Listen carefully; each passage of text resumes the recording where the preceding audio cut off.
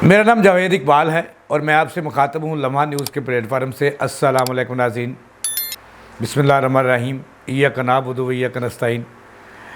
नाज़रीन, खबर बड़ी गर्म है, इतनी गर्म है कि पीटीआई के लिए खुशखबरी है।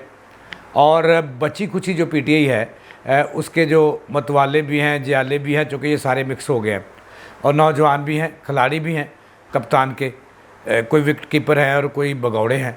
इन सब के लिए मेरे पास बहुत बड़ी खुशखबरी है कि नाज़रीन, खबर ये है कि इमरान खान ने जेल में बैठकर इलेक्शन 2024 के लिए हिकमत अमली तैयार की है और उम्मीदवारों का चुनाव भी शुरू कर दिया है।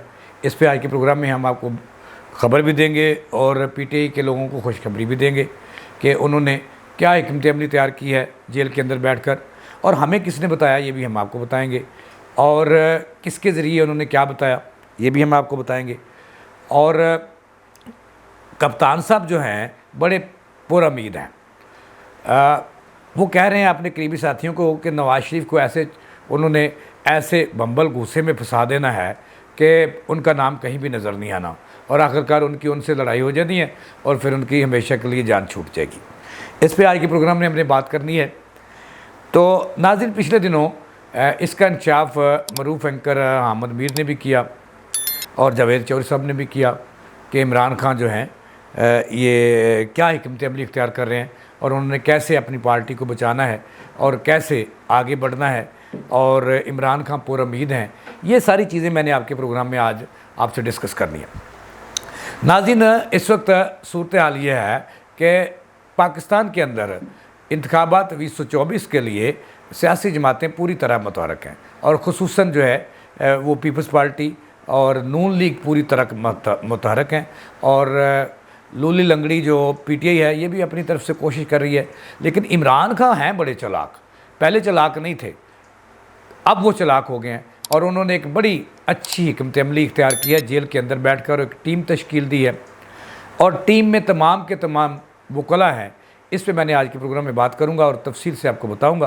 लेकिन उससे पहले मैं आपको ये बताना चाहता हूँ, यानी कि इमरान खान की जो सियासी हिकमत अमली है, इंतखाबी हिकमत अमली है, इस पर मैंने रोशनी डालनी है। लेकिन उससे पहले मैंने आज दिन भर में 2-3 अहम वाक़यात रूनुमा हुए हैं, उसके हवाले से आपको बताना है।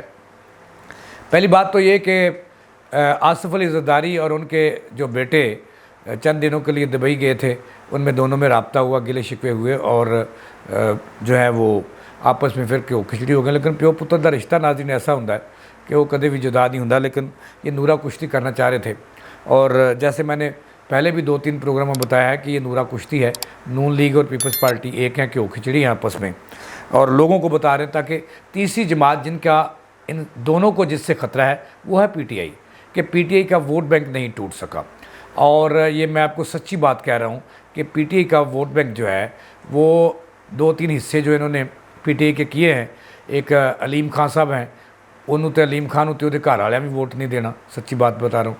और बाकी बचा जहांगीर तरीन, उसको भी, रोहन चौधरी की आपको सारी हैसियत का पता है कि वो क्या है, इमरान खान का क्या था वो, और इमरान खान के लिए क्या करता था, ये भी आपको पता है, वोट कौन देगा। और इस तरह जो तीला साहब हैं, परवेज़ खट्टक साहब, उन्होंने भी अलग से जमात बनाई है, लेकिन उन्होंने पल्ले भी कुछ नहीं, उन्होंने हल्के चो लगता है कि वोट उन्होंने भी नहीं मिलना, क्योंकि ये तमाम लोग इसलिए बनाए गए थे कि पीटीआई का वोट बैंक जो है उनको डंप डालें और उनको नुकसान पहुँचाएँ, उनका वोट बैंक तोड़ें। लेकिन अब तक की इतलात ये हैं, और ये एजेंसियों की भी रिपोर्ट है, ये मुख्तलिफ अदारों की भी रिपोर्ट है और मुसद्दका रिपोर्ट है कि अभी तक पीपल्स पार्टी पीटीआई का वोट बैंक नहीं टूट सका। तो लिहाजा ये बात जो है ये पीपल्स पार्टी और नून लीग को बड़ी तकलीफ़ें थी, और यही वजह थी कि वो आपस में कभी एक दूसरे के खिलाफ बयानबाजी करते हैं, कभी बाप बेटा जो है वो एक दूसरे के, उसने उसको रोक दिया, उसको रोक दिया, और है ये नूरा कुश्ती, यानी कि इलेक्शन बनाना चाहते थे। ये हिकमत अमली सारी, वरना और कोई बात नहीं है। तो अब बिलावल भुट्टो सब वापस आ रहे हैं और फिर वो चल सो चल, और उधर एक तो ये खबर है कि फिर चल सो चल, यानी कि दोनों बाप बेटा फिर इकट्ठे हो गए, जो इख्तलाफात थे छोटे मोटे वो दूर, नूरा कुश्ती का एक हिस्सा थे, वो दूर हो गए। अब दूसरी खबर जो है इमरान खान के बारे में मैंने आपको बताना है कि उन्होंने जेल के अंदर बैठकर क्या हिकमत अमली इख्तियार किया और किन लोगों को वो सामने ला रहे हैं, किन को वो अपना उम्मीदवार बना रहे हैं, किन को टिकट दे रहे हैं, और कौन लोग हैं वो जो इकट्ठे कर रहे हैं ऐसे उम्मीदवारों को, क्योंकि इमरान खान को पता है कि उनके जो बंदे हैं वो तमाम के तमाम तितर बितर कर लिए गए हैं और जो रहते हैं उनको भी टिकट नहीं लेने देनी। लिहाजा इमरान खान ने जो फैसला किया है वो मैंने आपको बताना है कि वो कौन लोग हैं जो इलेक्शन लड़ेंगे आइंदा। लेकिन इससे पहले मैंने आपको ये बताना है कि नवाज़ शरीफ भी काफ़ी मुतहरक हैं।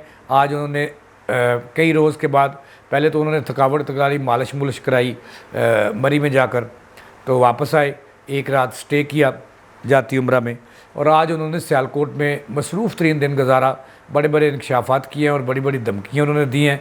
उनको जो असल वारिस हैं पाकिस्तान के, उनको वो सीधे हो गए और उनको उन्होंने ये मैंने आपको बताऊंगा।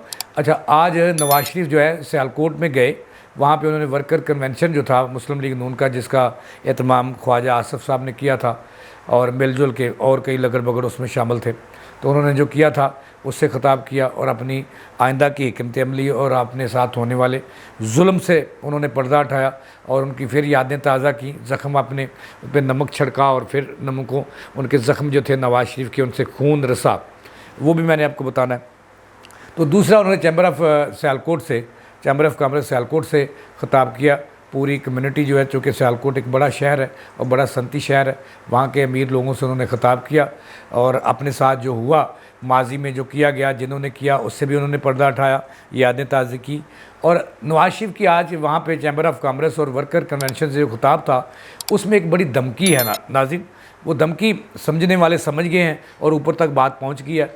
इसलिए तो नवाज जो इमरान खान बगले में जा रहे हैं कि नवाज शरीफ फिर वो जो पाए शाए हैं वो खा के अपना दिमाग तरोताज़ा कर रहे हैं और फिर धोबी पटका उन्हें पढ़ना है। अच्छा, आज उन्होंने सियालकोट में जो कहा नवाज शरीफ साहब ने, तो उन्होंने कहा जी कि अब मौज मेला नहीं होगा।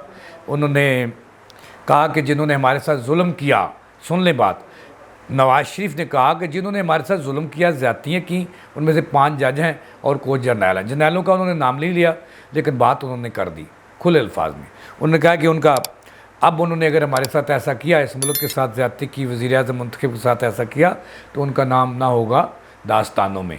इतनी बड़ी धमकी दे गए, यानी कि नवाज शरीफ जो है वो ये बता गए हैं कि वो किसी सूरत अपने बयानिया से, जो उनका बयानिया गुजरांवाले जलसा में था, मरीम नवाज़ ने जो जलसा गुजरांवाले में किया तो उसमें उन्होंने का बयानिया सामने आया था और उन्होंने खुलेआम कहा था कि जजों और जर्नैलों ने कमर जवेद बाजवा साहब का नाम लिया उन्होंने, और फैज़ हमीद साहब का नाम लिया, साबिक़ चीफ जस्टिस का नाम लिया, तो उन्होंने उनकी हुकूमत को चलता किया। लिहाजा आज उन्होंने फिर अपना बयानिया दोहराया है और ललकार दी है कि अब अगर उनके साथ ऐसा किया गया तो जो वो ऐसा करेंगे।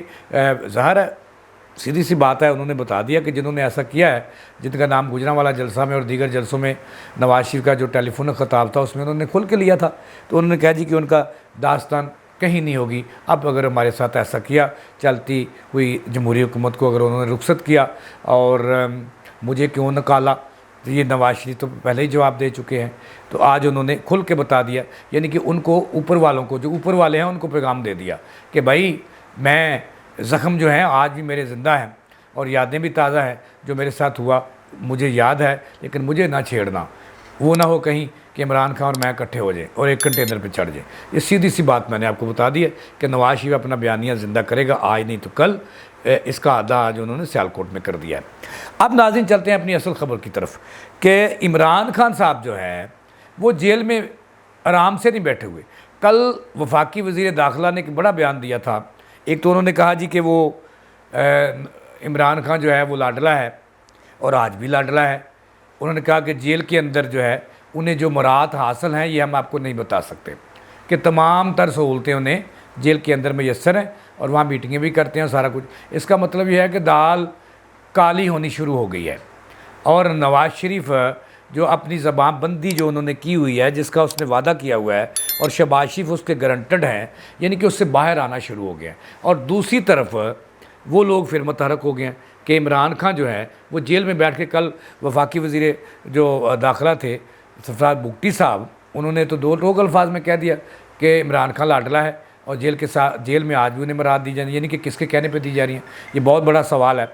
अब नाज़रीन आगे जो बात मैंने आपको बतानी थी वो बात ये है कि मैंने कहा था कि जेल में क्या कर रहा है और क्या इलेक्शन 2024 के लिए क्या हिकमत अमली इख्तियार कर रहा है लाडला, ये मैं आपको एक सच्ची बात बता रहा हूँ कि मुझे आज ही एक जो अक्सर मुलाकातें करते हैं इमरान खान साहब से जेल में जाकर, उनसे एक टेलीफोनिक गुफ्तगू हुई और उन्होंने वो सारा प्लान जो था नाम लिए बगैर बता दिया कि इमरान खान कहते हैं कि उनकी पार्टी को तोड़ा नहीं जा सकता, अगर तो उसके टोटे कर दिए गए हैं। उनका ख्याल है कि अलीम खान, जहांगीर तरीन और परवेज़ खट्टक और इसके साथ के जो दीगर लोग हैं वो मिलकर भी उनका वोट बैंक नहीं तोड़ सकते और ना ही उन्हें नुकसान पहुंचा सकते हैं। लिहाजा उन्होंने 3 वकला की एक टीम तश्कील दी है, जिसमें उन्होंने कहा है कि 200 से 250 सीनियर तरीन जो दलेर किस्म के नौजवान वकील हैं वो उनको दे दिए जाएं, उनके नाम दे दिए जाएं और जो इधर उधर ना हों। लिहाजा वो जेल में बैठकर उनकी फ़हरिस्त तैयार करेंगे उनके नामों की और उन्हें पूरे मुल्क में टिकटें देंगे। 200 से 250 बंदा तो उन्होंने क्या तैयार किया जाए वकील जो फेडरल का यानी कि वफाकी यानी कि कौमी असम्बली के इलेक्शन के लिए उन्हें टिकट देंगे वो, और पैसा भी देंगे उन्हें। जो माड़े और तगड़े वकील होंगे, दलेर होंगे, उनको पैसा भी देंगे। और दूसरा उन्होंने कहा कि पंजाब असम्बली के अंदर अगर उन्हें कोई बंदा ना मिला तो वकील ज़रूर दे दें। पंजाब असम्बली के अंदर भी उन्होंने वोट देने अपने टिकट देने के लिए 400 के करीब उन्होंने अपने ये 3 दोस्तों जो उनके इस वक्त मतहर्रक तरीन और काबिल एतमाद वकला हैं, साथी हैं, उनको कहा कि 400 बंदा कम से कम उन्हें पंजाब असम्बली के लिए दिया जाए, जो वकील हों, पेशे के अतबार से खाते पीते भी हों, वो दिए जाएँ। इस तरह उन्होंने कहा कि KPK के अंदर उन्हें 200 कम से कम बंदा ऐसा दिया जाए जो कवरिंग कैंडिडेट भी हो और फ्रंट लाइन पे भी लड़े। तो लिहाजा वो ये मैदान जो है वो मार लेंगे उनके वकला और भागने वाले वकला ना हो। यानी कि इमरान खान एक सियासी लोगों से हटकर इस वक्त जो इलेक्शन 2024 की तरफ वो हिकमत अमली तैयार कर रहे हैं, वो कह रहे हैं कि वकला की टीम के साथ वो इलेक्शन लड़ेंगे और आगे बढ़ेंगे और जीतेंगे भी और सरप्राइज़ देंगे। तीसरी बात, इमरान खान इस बात पर जो है वो ये भी इत्तेफाक कर चुके हैं कि नवाज शरीफ ने पेड़ना ही पेड़ना है, लड़ना ही लड़ना है, तो लिहाजा उसका फ़ायदा उसको होगा और उसके लिए वो जलती पे तेल ज़रूर फेंकेंगे। आज उसका इज़हार आज जो है वो नवाज शरीफ साहब ने कर दिया है सियालकोट में कि उन्होंने अपने जो पुराना बयानिया था उसको दोहराया है और धमकी भी दी है उन हलकों को कि बाज रहना, अदलिया को भी और जो इस्टेब्लिशमेंट है उसको भी। नाज़रीन, ये जो ताज़ा नवाज शरीफ का बयान है ये बताता है कि आने वाले वक्त में नवाज शरीफ और इमरान खान एक हो सकते हैं। ये थी अब तक की ताज़ा तरीन। जावेद इकबाल को दें इजाज़त, अल्लाह ने के।